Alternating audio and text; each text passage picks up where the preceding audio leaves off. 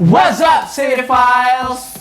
2019 has come and gone by. Now we are here to compile our top 10 of the year. Okay, so for now, I have to mention movies that we haven't seen because they didn't have a Philippine release. 1917, The Farewell, Uncut Gems, Little Women, Jojo Rabbit, and even though it had a limited screening, we haven't been able to see it, Portrait of a Lady on Fire. I'm really excited to see those movies in the future. I think some of them are going to come out this 2020. So, let's start. I'm going to start with my number 10 pick. My number 10 pick is Knives Out by Rian Johnson. Oh my god, this is just a really fun murder mystery. Rian Johnson is at his best when he is writing original scripts. This movie gave us Chris Evans in a really big sweater, so... I had that in my honorable mention, so I'm glad that you got that covered. For my 10th pick, I have How to Train Your Dragon 3: The Hidden World. What can I say? I just love this franchise. Yeah. This is one of the animations that never disappoints. My love for this franchise really goes beyond its characters. They show the character development, the growth, the friendship of Toothless and Hiccup. I can say that this is one of the offerings of DreamWorks that really rivals Pixar's and Disney's offerings. Like you, I'm glad you have that covered because that's in my honorable mentions. Now, number 9, I'm going with Ad Astra. This movie is just really beautiful. I'm glad I got to see it on the big screen. The cinematography of this movie can rival the cinematography of movies of Roger Deakins. This is just a really beautiful film and the message of this movie is just really heartfelt. You know what? Ad Astra is number 4 on my list. Really? And if you love that film, I certainly loved it. This is a lot of pondering, a lot of introspective. It might come out as pretentious for some, but it never really reached that territory for me. And I was just relishing every moment of it. And I have a lot of bias towards the space films done right. Every time a frame of this film is shown on screen, I was just thankful. It's like one of the 7 wonders of the world. That's what I'm feeling while I'm watching this film. And a strong performance, of course, from Brad Pitt.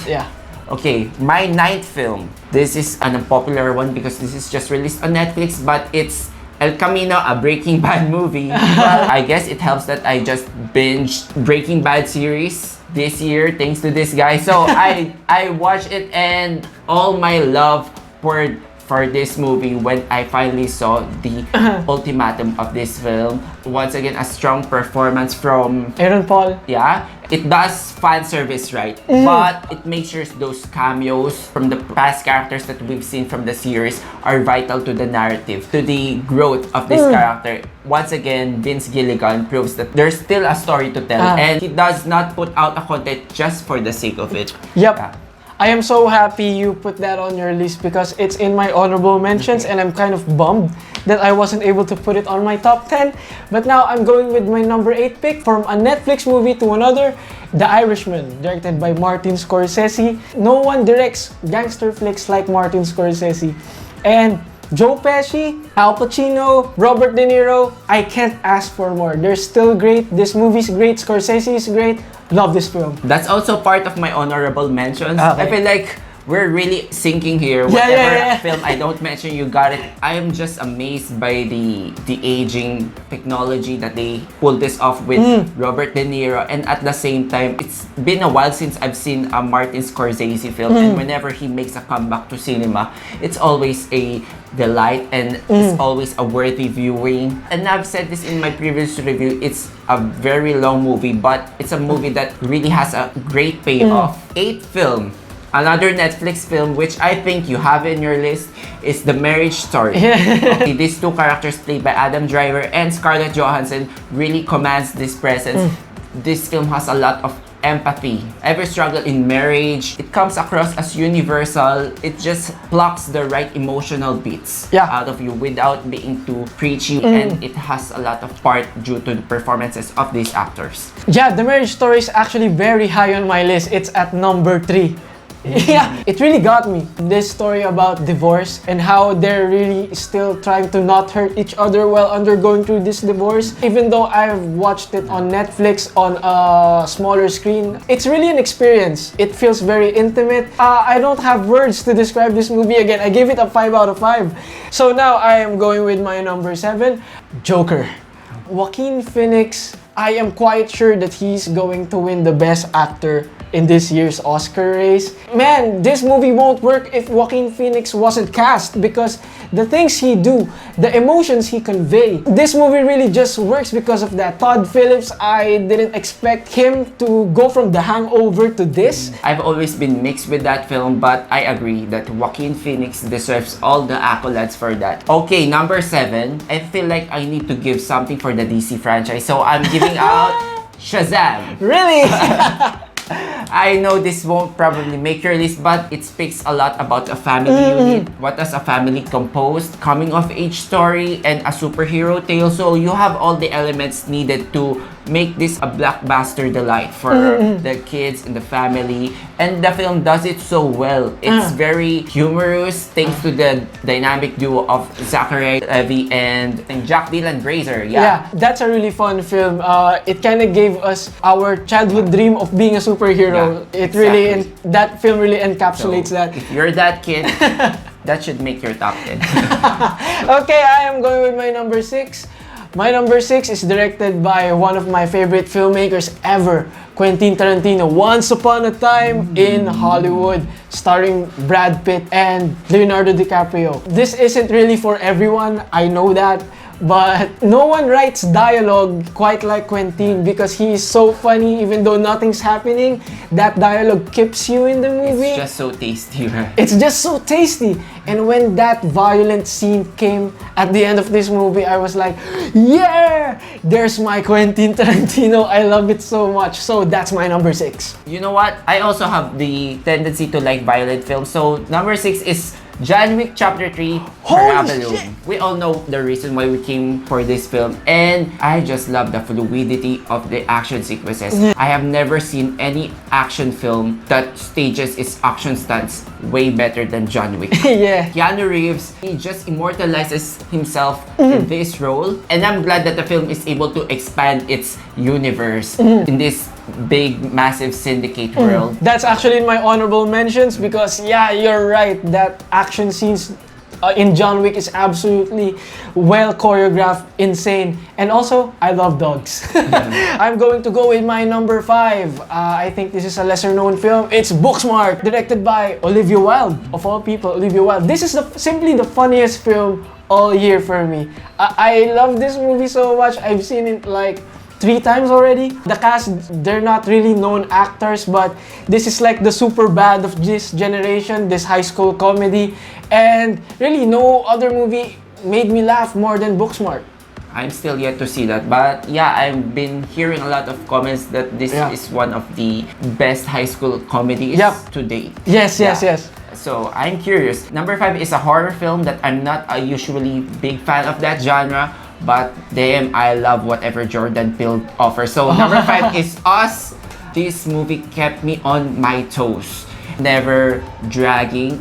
It's just compelling throughout, especially for the performance of Lupita Nyong'o. You really rooted for their family, and at the same time, you were terrified of what's happening, all of the intrigue surrounding this film. Also, there's a lot to be said on the plight of the poor versus the rich. Mixing social commentaries with horror, that's a hard thing to do, and Jordan Peele does it right. I have to say, man, props to us. We're really on the same page, because that's in my honorable mentions. Okay, I'm glad you are mentioning everything in my honorable mentions. I'm glad that we spread it out, you know, that we're not going to repeat just our top 10. Okay, so now I am going with my number 4, The Lighthouse. Man, this is just really well-directed movie. It's entirely in black and white. Robert Pattinson, you know what? If Joaquin Phoenix didn't play the Joker this year, Robert Pattinson might have won the Oscar. William Dafoe is still as great as ever. This movie is filled with so much tension and filled with so much, what can I say, there's so much hidden meaning to it that you can have a lot of discussions regarding this film. So that's my number 4 pick. Black-white cinematography of the film really puts you into a mood, right? Yeah. So in the time setting, yeah, I'm jealous that you have that. I haven't seen The Lighthouse. I'm hoping for a Netflix release, please, okay, if anyone's listening. Number 3 is Toy Story 4. I was a mess watching that film, and I never thought that this film could surpass what Toy Story 3 delivered. It never disregarded the character development for Woody and Buzz, and Also, we are reintroduced to a new character, Bo Peep, who has valid reason to make it back to the franchise. No one would have thought that much character development can be mined from these toys, that they imbued so much of the human characteristics. It's really starting to creep me out. We're really on the same page because that's in my honorable. Okay. You really mentioned all my honorable mentions. So for my number 3, I've already mentioned that it's a marriage story. So I'm going straight to my number 2. Of course, it's Avengers Endgame. In case you're not warned, if this is not a spoiler enough. Avengers Endgame, 21 movies, 10 years, I love you, 3000. This is the 22nd movie. There's really not much to say that hasn't already been said, but this is just really unprecedented what they did with this franchise. And the final scene, the climax of this movie, who wouldn't geek out about that? I was losing my mind in the theater, shouting, "Wah!" And that awesome moment when, spoilers, but if you still haven't seen it, what are you doing with your life? When Captain America got the Mjolnir, that's one of the best cinema moments I've had this year. What can I say? Also, my number 2, it feels kind of a cheat to categorize Endgame as a movie. It really feels like an event. Yeah. This whole Marvel Cinematic Universe has a whole franchise to build it up. It's still a daunting task to pull this thing together, to pull out these characters. I'm already impressed with what they did with Infinity War. To put it on an all-time high, like, this is the story of our generation. These are the superheroes that you love, that inspired you. And it was able to draw a lot of emotions from us. We cheered, we cried, and it does not feel in a fan service way. Every moment feels earned. And it thanks a lot to the Russo brothers for pulling this one off. On my list, this is something that I would watch 30 times.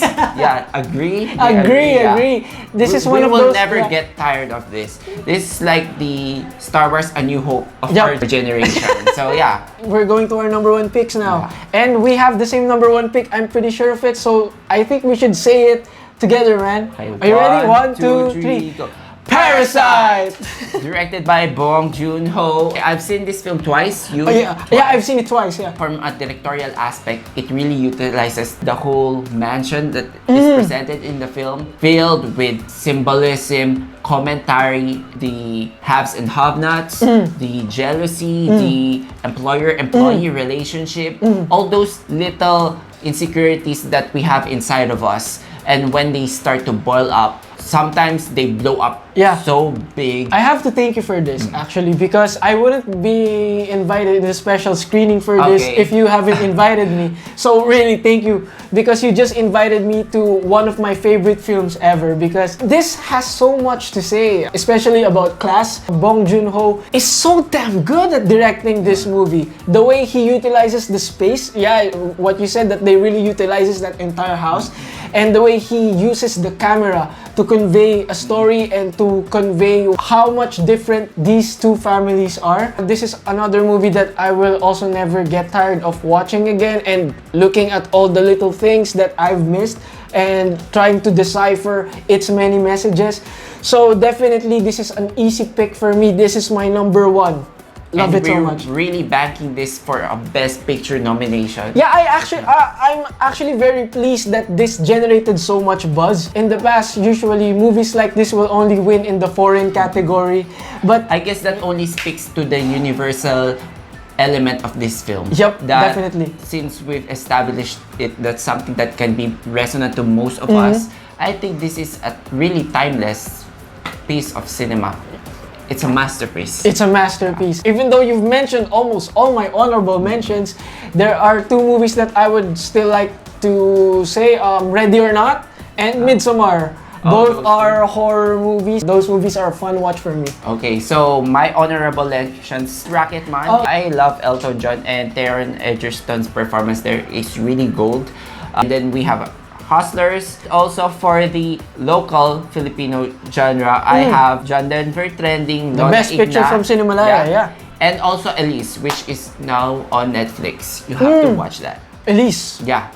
That's it for our top 10 movies from 2019. 2020 is here and we have higher hopes for the future of cinema, local and foreign. We want to know your top movies of 2019. So hit that on the comment section, top 5, top 10, give it to us. You should subscribe to our channel and hit that notification bell so you can be up to date with our latest videos. We'll see you on the next one. Bye guys. Bye guys. Thanks for watching.